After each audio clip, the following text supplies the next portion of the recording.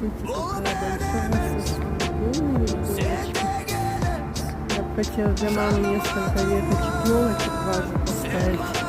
Но срывать нельзя. А у нас во дворе есть теплый елок.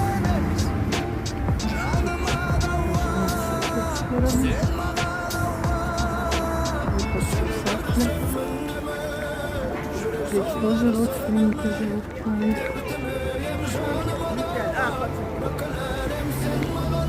Мама моя устала меня ждать. Уже убрала стул.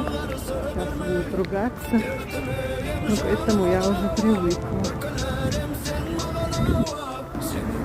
В общем, девочки, сегодня выходить на лестницу я не буду.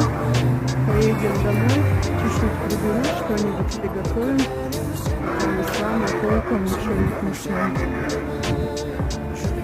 Мама любит яблоки, а я живу на